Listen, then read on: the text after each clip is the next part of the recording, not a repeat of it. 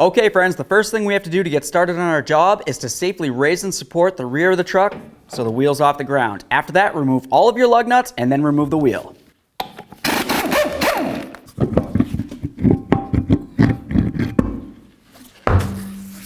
Now that the wheel's off, we have a clear view of our caliper. The next thing that I want to do is pinch off my flex hose. This is going to restrict brake flow leading down this way. Now let's make sure that the banjo bolt opens up. Once you have that broken free, we're going to move along to removing our two caliper bracket mounting bolts.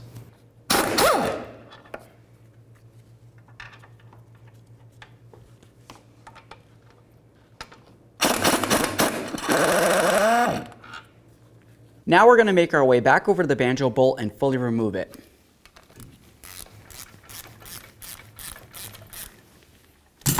Brake fluid will come out, so make sure you have a collection receptacle. There we are.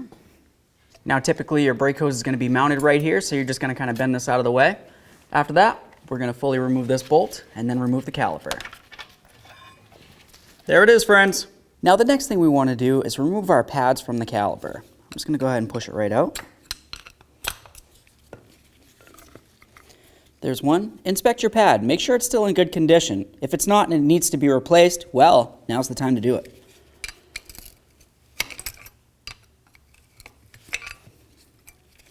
All right, both these pads look like they're in good condition. Let's grab our new caliper. Now it's going to be time to prepare our new caliper. The first thing that I want to do is remove my two caliper slider bolts.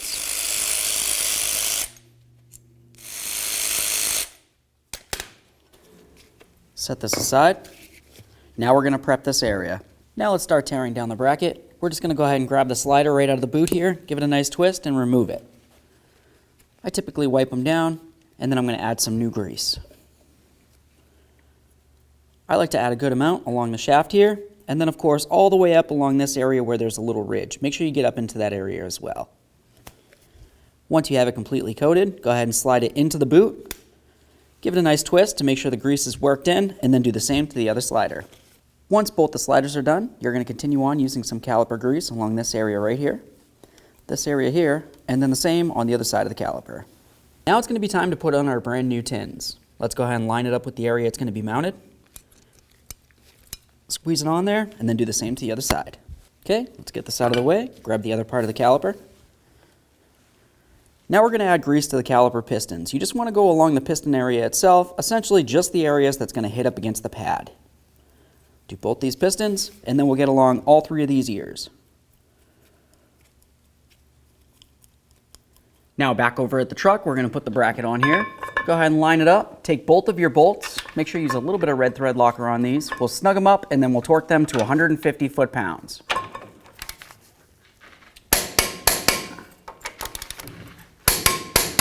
Now let's get our pads on here. Once both pads are in, go ahead and slide your caliper over it. Start in both of your mounting bolts here. After that, we'll snug these up, and then we'll torque them to 27 foot-pounds. Now we're going to move along to installing our banjo bolt. Make sure you put one of your gaskets on here. Then we're going to take our brake hose. We're going to install the banjo bolt in through there so it comes through the side with the ridge. We'll put our other gasket on the other side, and then we'll put this onto the caliper. Of course, this should be mounted right up here. Ours is just flopping around. We'll start this in, snug it up, and then we'll torque it to 37 foot-pounds.